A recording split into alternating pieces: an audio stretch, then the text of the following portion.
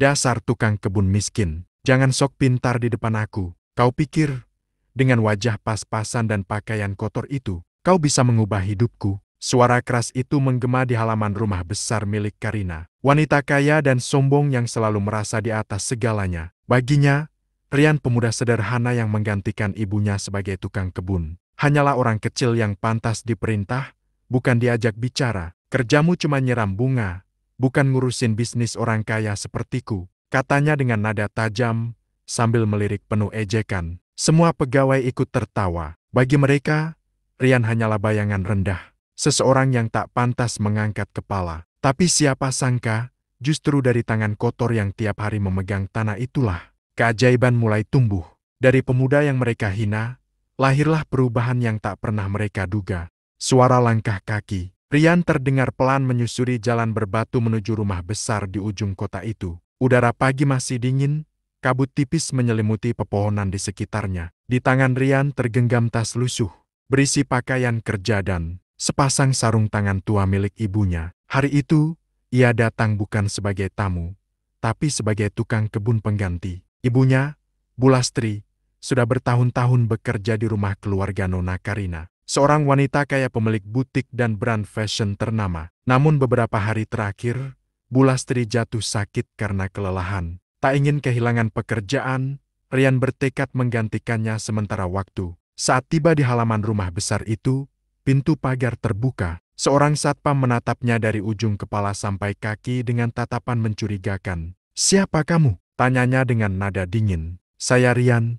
anak Bulastri. Ibu saya sedang sakit. Jadi saya yang menggantikan beliau untuk sementara," jawab Rian sopan. Satpam itu mengangguk seadanya, lalu mengizinkannya masuk. Rian berjalan ke taman belakang, tempat ibunya biasa bekerja. Di sana, rumput-rumput panjang belum dipotong. Bunga layu dan kolam air mancur kering. Ia menghela napas panjang, lalu mulai bekerja tanpa banyak bicara. Beberapa jam kemudian, suara sepatu hak tinggi terdengar mendekat. Seorang wanita dengan gaun mahal, kacamata hitam, dan raut wajah tegas berdiri di depan Rian. Itulah Nona Karina. "Kamu siapa? Di mana Lastri?" tanyanya dengan nada ketus. "Saya anaknya, Nona, ibu sedang sakit. Jadi saya yang menggantikan untuk sementara," jawab Rian sopan sambil menunduk. Karina melipat tangannya di dada, menatap pemuda itu dari ujung kepala hingga kaki dengan pandangan merendahkan. "Jadi sekarang tukang kebunku diganti anaknya. Wajahmu terlalu muda untuk kerja di sini. Kau yakin bisa? Saya akan berusaha." "Nona, saya tidak ingin ibu saya kehilangan pekerjaannya," ucap Rian pelan. Karina mendengus. "Baiklah, tapi ingat, di sini kamu cuma tukang kebun. Jangan macam-macam, jangan sok pintar, apalagi ikut campur urusan lain. Kerjamu cuma satu, bikin taman ini rapi, paham?" "Paham, Nona." "Bagus, dan jangan harap pada makan siang gratis dari dapur, ya. Aku tidak memberi bonus untuk anak pengganti." Rian menunduk hormat. Meski hatinya terasa ditusuk oleh kata-kata tajam itu, ia tetap diam. Dalam hatinya ia hanya berdoa semoga ibunya cepat sembuh, dan pekerjaannya hari itu bisa sedikit meringankan beban keluarga. Sore pun datang. Tangan Rian mulai kotor oleh tanah dan rumput, namun taman yang tadinya berantakan kini mulai terlihat indah kembali. Sambil berdiri menatap hasil kerjanya, Rian tersenyum kecil. Pagi itu, sinar matahari mulai menyinari taman belakang rumah besar milik Nona Karina. Rian sudah bekerja sejak subuh.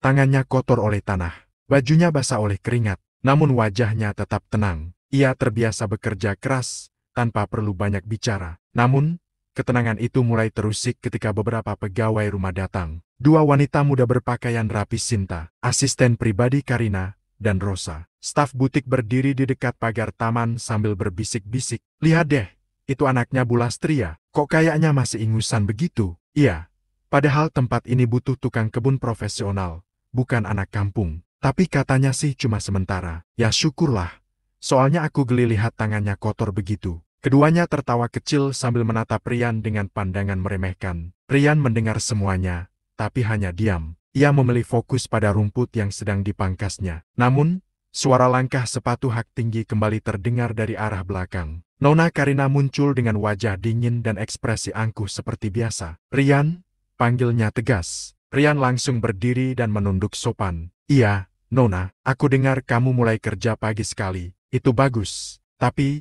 jangan pikir dengan rajin kamu bisa dapat simpati di sini. Aku tidak suka orang sok baik di depan mataku. Rian menatap tanah, mencoba menahan perasaannya. Saya hanya melakukan pekerjaan saya, Nona. Gumam Karina sambil menyilangkan tangan. Dan satu hal lagi, jangan pernah coba bicara dengan tamu atau staf butikku. Aku tidak suka tukang kebun ikut campur urusan orang kelas atas. Mengerti? Baik, Nona, jawab Rian pelan. Karina menatap taman sebentar, lalu berkata dengan nada sinis, kau tahu, tempat ini dulunya rapi sekali. Tapi entah kenapa, sejak kamu datang malah terasa berbeda. Jangan sampai aku menyesal mengizinkanmu kerja di sini. Rian kembali menunduk. Saya akan berusaha lebih baik lagi, Nona. Bagus, ingat ya, kamu hanya tukang kebun. Jangan bermimpi aneh-aneh. Aku tidak suka pekerja yang merasa pintar atau mencoba menonjol. Setelah berkata begitu, Karina berbalik meninggalkan taman dengan langkah cepat.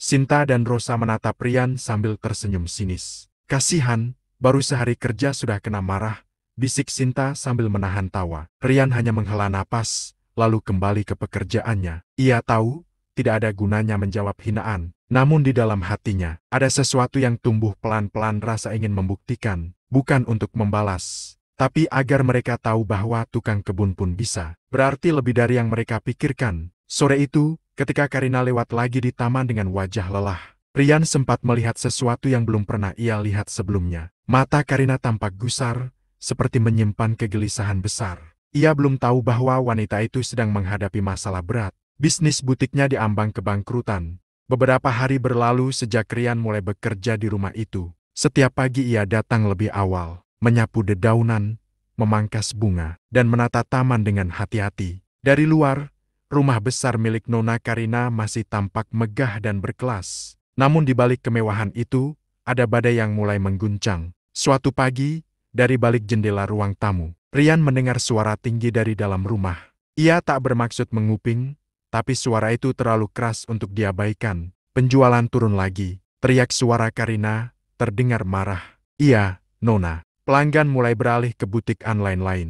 Produk kita tidak seviral dulu, jawab suara pria kemungkinan Bagas. Manajer butik, aku sudah bayar influencer mahal. Sudah buat promosi besar-besaran, tapi tetap saja sepi. Orang-orang sekarang suka yang kontennya alami. Nona, bukan iklan kaku seperti kita. Terdengar suara benda pecah, mungkin gelas yang terhempas ke lantai. Cukup, aku tidak butuh ceramah dari manajer gagal, bentak Karina. Suasana hening sejenak. Rian, yang mendengar dari luar, hanya bisa menghela napas. Ia bisa merasakan tekanan berat yang sedang menimpa wanita itu. Ketika Karina akhirnya keluar, wajahnya tegang, matanya merah karena kurang tidur. Namun begitu melihat Rian di taman, ekspresinya langsung berubah dingin kembali. Kau masih di sini, katanya tajam. Iya, Nona, saya baru selesai memangkas bunga. Setidaknya ada satu hal yang masih bisa rapi di rumah ini, gumamnya dengan nada sarkastik. Beberapa pegawai di sekitar rumah mulai berbisik-bisik.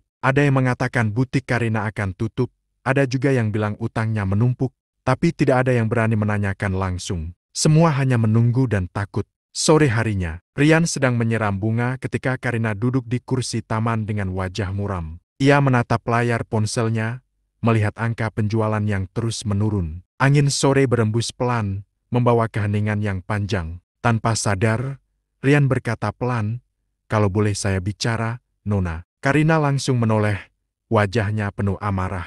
"Apalagi, mau ikut kasih saran bisnis juga?" "Tidak, Nona, saya hanya berpikir.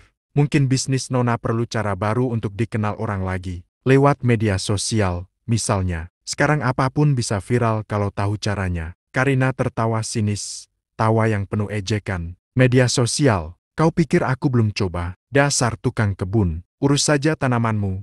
Jangan bicara hal yang tidak kau mengerti." Rian menunduk, tidak membalas. Tapi dalam hatinya ia yakin kata-katanya tadi bukan omong kosong. Malamnya, saat semua sudah tenang, Rian duduk di bawah pohon taman sambil membuka ponselnya yang retak. Ia menatap akun media sosial lamanya, yang dulu ia gunakan saat bekerja freelance sebagai pembuat konten kecil-kecilan. Ia tersenyum kecil. "Kalau dia tidak percaya, biarlah aku buktikan pelan-pelan," gumamnya. Ia tidak tahu, langkah kecil malam itu akan menjadi awal perubahan besar. Bukan hanya untuk bisnis Karina, tapi juga untuk hatinya sendiri. Pagi itu suasana rumah besar milik Nona Karina terasa tegang. Semua pegawai bekerja dengan wajah cemas. Butik utama di pusat kota hampir sepi pengunjung. Sementara laporan keuangan bulan ini menunjukkan angka merah. Karina duduk di teras belakang dengan segelas kopi yang sudah dingin. Tatapannya kosong menatap taman yang kini rapi berkat tangan Rian. Namun, di balik ketenangan taman itu, pikirannya kacau. Ia menatap layar ponselnya, komentar-komentar netizen tentang butiknya penuh sindiran. Desainnya udah ketinggalan zaman. Harga gak masuk akal, toko lain lebih menarik. Konten promosinya kayak orang sombong, gak natural. Karina menghela napas panjang, meletakkan ponsel itu di meja. Kenapa semua orang gampang sekali menjatuhkan bisnis yang kubangun dengan susah payah? Gumamnya lirih. Rian yang sedang memangkas ranting pohon di dekatnya sempat melirik dengan hati-hati. Ia ragu, tapi akhirnya memberanikan diri mendekat sedikit. Nona, ucapnya pelan. Maaf kalau saya lancang bicara. Karina menoleh tajam. Apalagi, jangan bilang kau mau kasih saran soal bisnis lagi. Rian menunduk sopan, tapi suaranya tetap tenang. Saya cuma berpikir, kalau bisnis Nona ingin dikenal orang lagi, mungkin perlu pendekatan yang berbeda. Sekarang orang-orang suka hal yang alami, jujur, dan menarik di media sosial. Kalau Nona izinkan, saya bisa bantu membuatkan konten yang bisa viral. Belum sempat ia menyelesaikan kalimatnya, Karina langsung tertawa keras. Viral? Kau pikir aku belum tahu apa itu viral? Serunya sambil menatap Rian penuh sinis. Dengar ya, anak muda. Kau itu tukang kebun, bukan konsultan bisnis. Jangan sok pintar di depan aku. Kau tahu berapa banyak orang profesional yang sudah kubayar mahal untuk urusan itu? Hasilnya, nol. Dan sekarang kau datang dengan pakaian penuh tanah. Bicara seolah-olah lebih hebat dari mereka. Rian terdiam. Nafasnya pelan tapi dalam. Saya tidak lebih hebat. Nona, saya hanya ingin membantu, katanya dengan nada rendah. Karina berdiri, menatapnya dari atas ke bawah. Bantu? Hahaha, lucu sekali. Kalau memang kamu bisa membuat bisnis ini viral lagi, aku akan. Apa ya? Ia terdiam sejenak lalu berkata dengan nada mengejek. Aku akan menikah denganmu dan jadi istrimu. Sontak para pegawai yang mendengar di sekitar teras langsung tertawa. Sinta bahkan menutup mulutnya menahan geli. Dengar itu, Rian, Nona Karina mau nikah sama kamu kalau kamu bisa bikin butik ini viral. Hahaha. Wajah Rian merah, bukan karena malu, tapi karena ia berusaha menahan harga diri yang diinjak-injak. Ia menunduk, lalu berkata pelan namun tegas. Saya tidak bercanda, Nona, saya sungguh bisa membantu. Tapi kalau Nona tidak percaya, biarlah saya buktikan dengan tindakan, bukan kata-kata.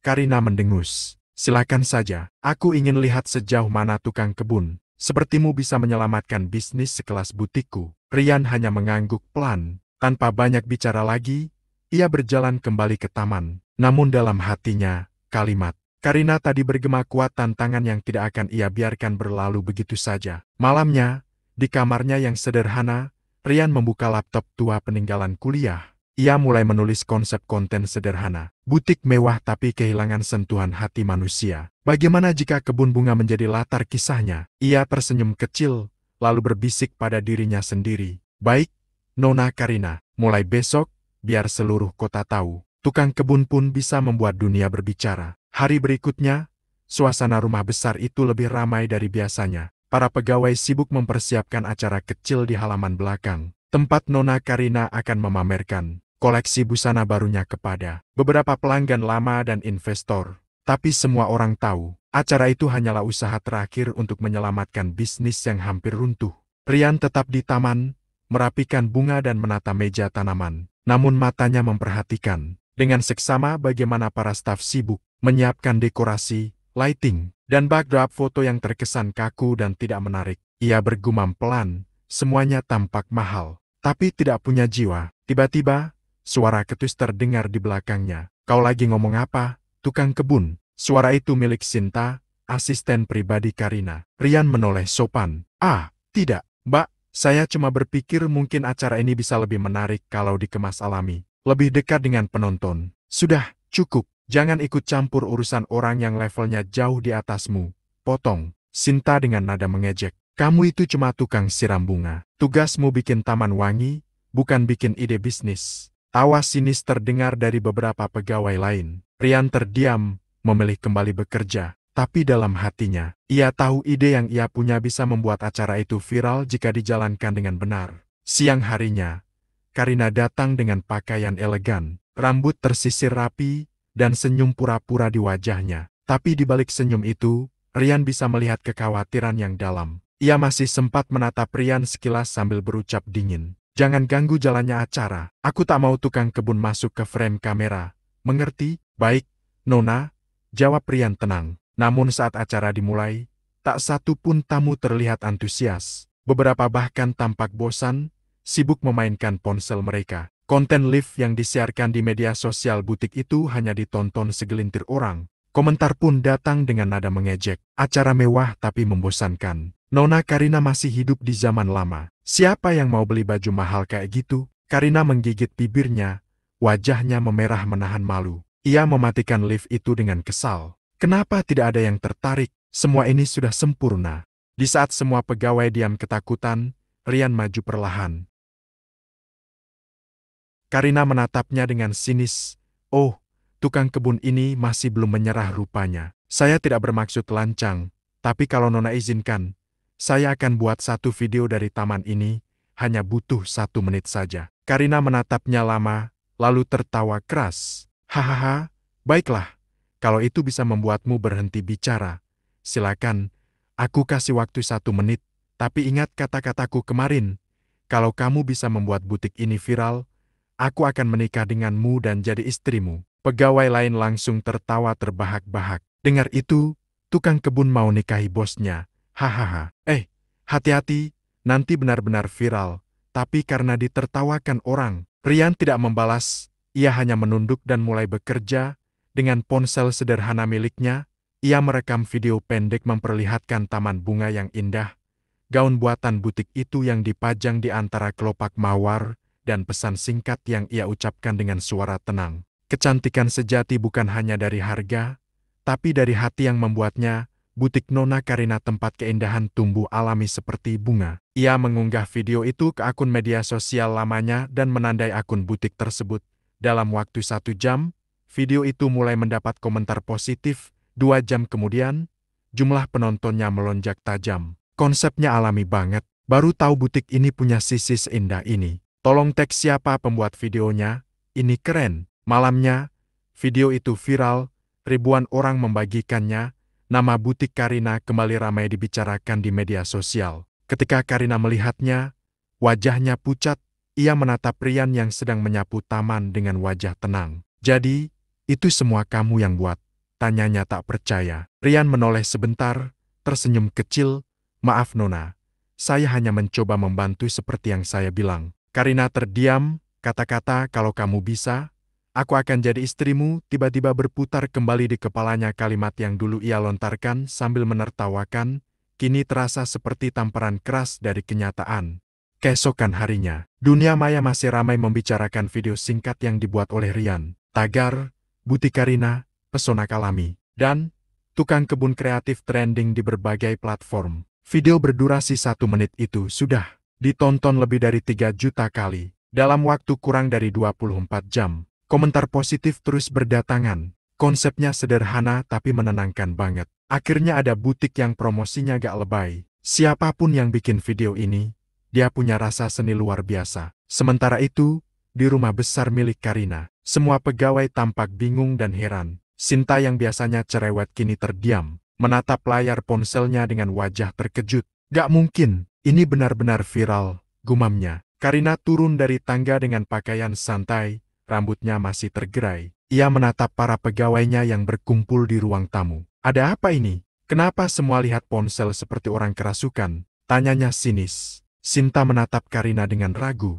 "Nona, butik kita viral. Video taman kemarin itu, semua orang bicara tentangnya." Karina mengerutkan dahi. "Apa maksudmu?" "Video yang dibuat oleh si tukang kebun itu." Sinta mengangguk pelan. "Ya, Nona, itu video yang bikin butik Nona terkenal lagi." Karina terdiam. Ia langsung mengambil ponsel dan membuka akun media sosial butiknya. Dan benar saja jumlah pengikut naik drastis, pesan masuk membanjir. Bahkan beberapa selebriti lokal mulai memposting ulang video tersebut dengan caption pujian. Tangannya bergetar. Ia menatap layar ponsel lama, menatap angka penjualan yang tiba-tiba melonjak. Tidak mungkin, gumamnya lirih.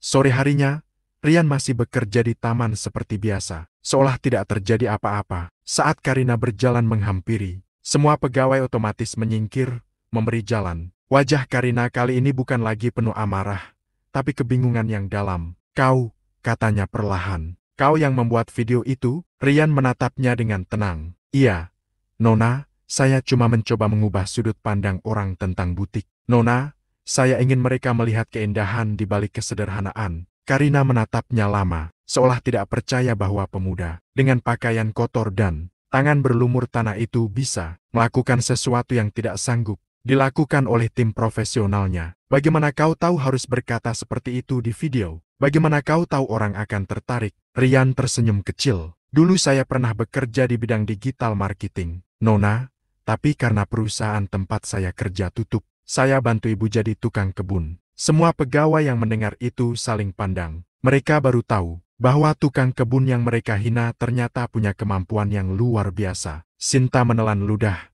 menunduk malu. Tapi Karina masih mencoba menahan gengsi. "Jadi, kau ini mantan pegawai media sosial?" Katanya mencoba terdengar acuh.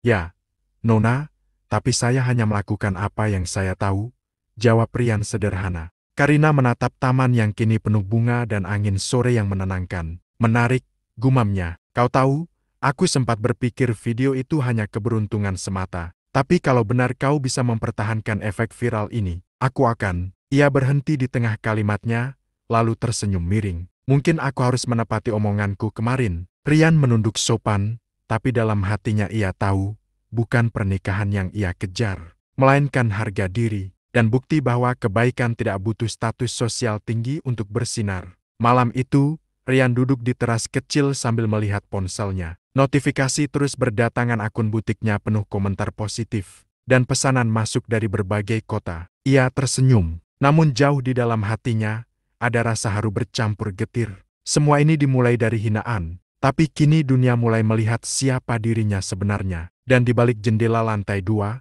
Karina memperhatikannya diam-diam. Untuk pertama kalinya, ia merasa kagum dan sedikit malu. Tukang kebun itu ternyata jauh lebih berharga daripada semua pegawai yang ia bayar mahal. Beberapa minggu berlalu sejak video buatan Rian mengguncang dunia maya. Nama butik Karina kini kembali bersinar terang di berbagai platform media sosial. Dari yang dulu sepi pengunjung, kini butik itu tak pernah kosong. Pesanan datang dari seluruh Indonesia, bahkan dari luar negeri. Para pegawai yang dulu suka menghina Rian kini menatapnya dengan kagum, atau mungkin malu. Sinta, yang biasanya berbicara sinis, kini selalu menunduk setiap berpapasan. "Pagi, Mas Rian," sapanya gugup suatu pagi. Rian hanya tersenyum ramah. "Pagi, Mbak Sinta, jangan sungkan, saya tetap tukang kebun di sini." Namun kenyataannya, Rian sudah jauh lebih dari itu. Hampir setiap hari, Karina memanggilnya ke ruang kerjanya untuk berdiskusi tentang ide-ide promosi baru. Meski awalnya enggan mengakui, Karina mulai sangat bergantung padanya. "Rian, konsep apa yang cocok untuk koleksi musim depan?" tanyanya sambil memegang tablet berisi foto-foto busana. Rian menatap layar dengan tenang. "Kalau boleh saran, Nona, jangan tampil mewah. Tampilkan cerita. Setiap pakaian harus punya makna. Orang lebih suka kisah daripada kemewahan." Karina mengangguk pelan. "Kisah, ya?" gumamnya. Setiap kata yang keluar dari mulut Rian kini terdengar berarti di telinganya. Tapi gengsi masih menahannya untuk mengucap terima kasih secara langsung. Sore itu, butik utama mereka mengadakan acara peluncuran koleksi baru. Rian yang merancang ide promosinya, memanfaatkan taman di belakang butik sebagai latar alami. Model berjalan di antara bunga, diiringi musik lembut dan cahaya sore. Semua direkam secara live di media sosial. Hasilnya luar biasa. Penonton melonjak hingga ratusan ribu hanya dalam waktu 1 jam. Komentar membanjir. "Acara ini luar biasa indah, seperti mimpi. Konsep naturalnya bikin adem, bukan sok mewah. Siapa kreatif di balik ini? Hebat banget." Sementara itu, di balik layar, Karina berdiri diam menatap layar monitor, melihat semua berjalan sempurna. Untuk pertama kalinya dalam hidupnya, ia merasa bangga bukan pada kekayaannya, tapi pada seseorang yang selama ini ia remehkan. Setelah acara berakhir, semua pegawai bertepuk tangan. Rian berdiri agak jauh, hanya tersenyum kecil sambil menepuk tanah di sepatu kerjanya. Karina berjalan menghampirinya. Rian, panggilnya pelan. Iya, Nona, kau, luar biasa. Katanya dengan nada yang sedikit bergetar. Aku tak pernah melihat butik ini sehidup ini. Rian menunduk sopan. Semua berkat izin Nona, saya hanya membantu sedikit. Karina tersenyum tipis. Kau terlalu merendah. Kalau bukan karena ide-idemu, mungkin butik ini sudah tutup. Beberapa pegawai yang dulu sering menertawakan. Rian kini menghampiri dengan wajah bersalah. Maaf ya, Mas Rian, ujar Rosa pelan. Kami dulu sering ngomong yang gak pantas. Rian menatap mereka dan tersenyum. Tidak apa-apa, saya sudah lupa semuanya. Yang penting sekarang kita bisa kerja sama. Karina memperhatikan sikapnya itu tenang, tulus, tanpa dendam. Ada sesuatu di dadanya yang bergetar lembut. Malamnya, ketika semua sudah pulang, ia duduk di taman memandangi bunga yang bermekaran. Rian masih di sana, membersihkan selang air. Kau tidak pulang? Tanya Karina. Belum, Nona, saya mau pastikan taman ini bersih dulu. Besok akan ramai lagi. Karina menatapnya lama, lalu berkata lirih. Lucu, ya, dulu aku pikir kau cuma tukang kebun bodoh. Tapi ternyata, kau lebih cerdas dari siapapun yang pernah bekerja untukku. Rian tersenyum kecil, tidak menoleh. Saya cuma beruntung bisa melihat dari sudut yang berbeda, Nona. Di bawah cahaya lampu taman, Karina terdiam. Dalam diam itu, ada rasa kagum, hormat, dan sesuatu yang mulai tumbuh perlahan, perasaan yang tidak bisa ia jelaskan. Namun gengsinya masih kuat, ia hanya bisa berkata pelan, jangan lupa siram bunga mawar itu. Rian, itu bunga kesukaanku. Baik, Nona, jawab Rian dengan nada lembut. Dan malam itu, Karina tahu hidupnya mulai berubah. Bukan karena viralnya bisnisnya, tapi karena seorang tukang kebun yang mengajarkannya arti rendah hati. Beberapa bulan berlalu sejak butik Karina kembali viral. Namanya kini dielu-elukan di mana-mana. Media menulis, influencer membicarakan, dan pelanggan terus berdatangan. Tapi di balik semua itu, ada satu hal yang terus mengusik hatinya, nama Rian. Setiap kali Karina menerima pujian dari wartawan atau pelanggan, ia tahu jauh di dalam hati. Semua keberhasilan itu berawal dari pemuda tukang kebun yang dulu ia hina. Namun, semakin tinggi butik itu terbang, semakin besar rasa bersalah yang ia rasakan. Setiap kali Rian lewat dengan pakaian kerjanya yang sederhana, membawa ember dan gunting tanaman, Karina merasa dadanya sesak. Suatu siang, setelah rapat besar dengan para investor, Karina memandangi layar laptopnya yang menampilkan grafik penjualan butik. Naik tajam tapi tak membuatnya bahagia. Ia memejamkan mata dan terngiang kembali ucapannya dulu. Kalau kamu bisa, saya akan menikah denganmu dan jadi istrimu. Dasar tukang kebun. Kata-kata itu kini terasa seperti belati yang berbalik menusuk dirinya sendiri. Hari itu hujan deras. Rian masih berada di taman, memastikan saluran air tidak tersumbat. Dari jendela kaca besar, Karina menatapnya lama. Tubuh Rian basah kuyup, tapi wajahnya tetap tenang. Ia bekerja tanpa mengeluh sedikit pun. Karina menatapnya semakin lama, lalu berbisik pada dirinya sendiri. Kenapa aku dulu begitu kejam padanya? Ia mengambil payung dan berlari keluar. Rian, sudah sore, masuklah ke dalam. Nanti kau sakit, serunya. Rian menoleh, sedikit kaget melihat Karina berdiri di tengah hujan. Tidak apa-apa, Nona, saya sudah biasa begini. Karina berjalan mendekat, membuka payung di atas kepala Rian. Biasa bukan berarti harus dibiarkan. Kau sudah banyak menolongku. Aku malu. Rian tersenyum tipis. Tidak perlu malu, Nona. Saya di sini karena ibu dulu yang mempercayakan pekerjaan ini. Saya hanya meneruskan tanggung jawab. Kata ibu membuat Karina semakin terenyuh.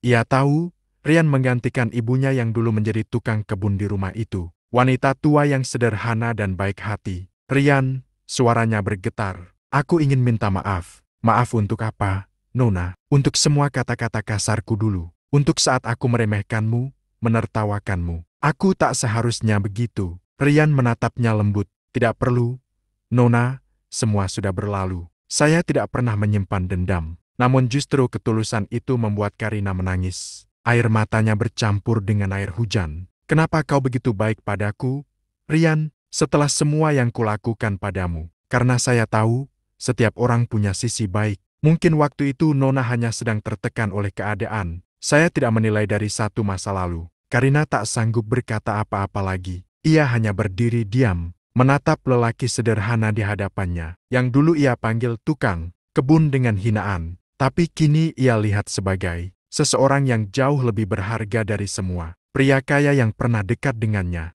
Malamnya, Karina duduk di kamarnya, menatap layar ponsel yang menampilkan akun media sosial butik. Di bawah salah satu unggahan, ribuan komentar memuji kreativitas Rian. Konsep promosi butik Karina luar biasa, ide kreatifnya beda banget. Siapapun yang dibalik ini, dia jenius. Karina menatap nama Rian yang tertulis sebagai admin di bawah postingan itu. Ia mengetik pesan singkat, "Karina, terima kasih.